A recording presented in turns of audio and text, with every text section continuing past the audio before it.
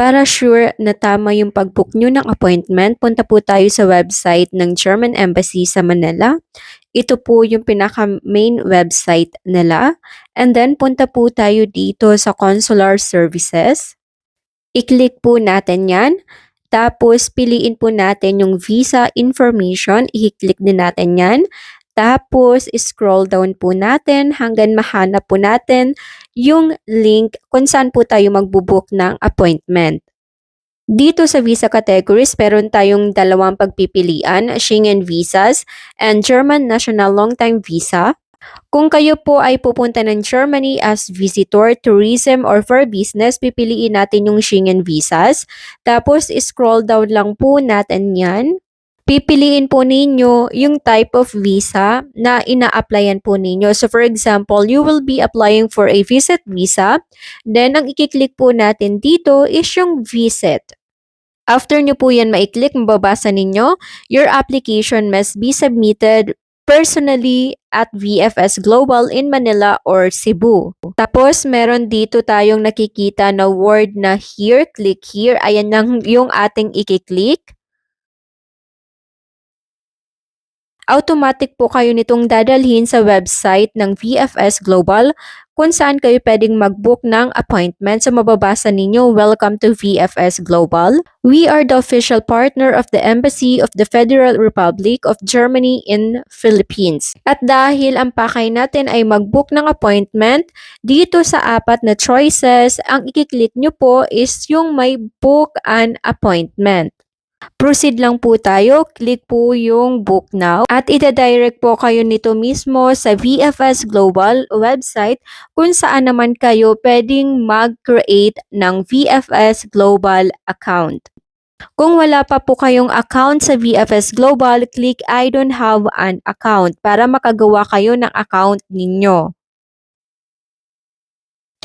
Create an account, kailangan natin ibigay yung inyong valid email address, password po ninyo, strong password, your mobile number, and kailangan lang natin mag-agree sa term and condition ng VFS. I-click lang natin yung tatlong small box dito and additionally po yung CAPTCHA. Then click register. You are almost done. Your registration has been completed. The next step for you is to check your email kasi may email na sinend si VFS doon para ma-activate nyo po yung inyong account.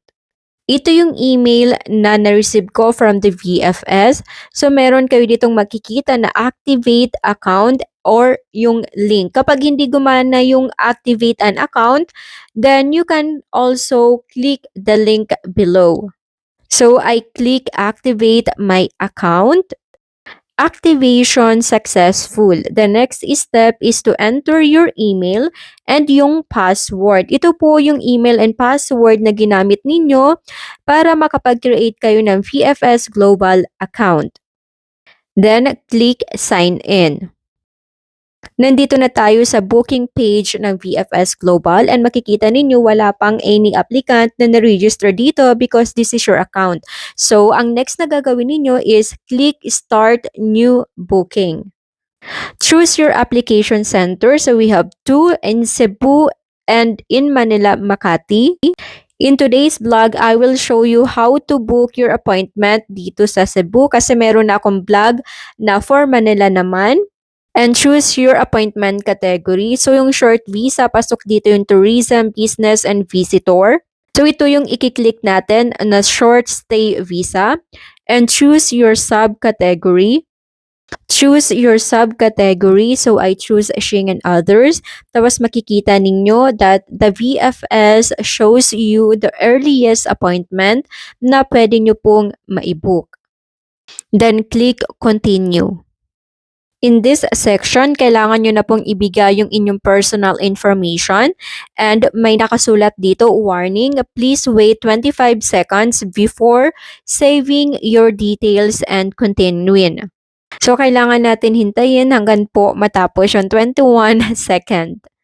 Then, you need to enter your first name, last name, gender, date of birth, current nationality, passport number, passport expiration date, yung contact number po ninyo, and the most important one is yung email address ninyo. Kasi dito isi-send ng VFS yung confirmation of appointment or yung tinatawag na appointment confirmation letter. Also, double check your name. So, dapat magtutugma yung pangalan nyo dito sa nakasulat sa inyong valid ID or passport. After that, click Save. Your details summary. If you want to add more applicant, for example, kung family kayo, just click Add Another Applicant. Pero kung solo ka, wala ka naman kasama, mag-apply ng visa, click Continue. Nandito na tayo sa calendar kung saan pwede na kayong mamili ng date na available kayo para makapunta po kayo ng VFS Global Cebu to submit your document. So as of now, November 2025, marami pa pong slot. Yung mga naka-green po, available slot po yan. Tapos, choose your appointment time. So, meron silang morning appointment, afternoon, and also evening. Me, I always choose afternoon appointment para hindi ako masyadong nai-stress or yung mga client ko hindi masyadong nai-stress to wake up early in the morning. So, 1 o'clock is the best time for me. Then, click continue kung nakapili na kayo ng date and ng time. While booking your appointment, VFS Global, they are offering so many additional services, pero hindi naman ito mandatory. It will depend on you as an applicant kung mag-a-avail po kayo ng mga additional services from VFS. If you want to avail any services from VFS Global, i-click nyo lang po yung word na add. In my case, nag-avail ako ng kanilang courier services para i-deliver na lang yung passport ko sa aking address para hindi na ako pumunta ng VFS Global at makatipid na din. And once again, the VFS Global want you to review your details before submitting. So make sure that you will be traveling to Germany. So may nakausap ako, sabi sa akin, Miss, bakit papunta akong Germany pero yung nasa appointment ko, Netherlands yung nakalagay. So ibig sabihin, nasa maling link siya nakapag-book ng appointment. And then after that, kung wala naman problema, walang mali, then you can click continue. I need to agree again and click these 3 small boxes here. At dahil nag-avail ako ng courier services, then I will proceed to payment online. Magbabayad ako online for the courier. So, 370 pesos siya.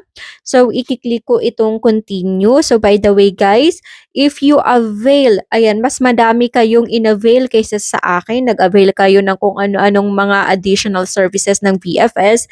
They are not refundable. So, mag-ingat po kayo. So, make sure talaga na yung i-avail nyo lang is yung kailangan ninyong services.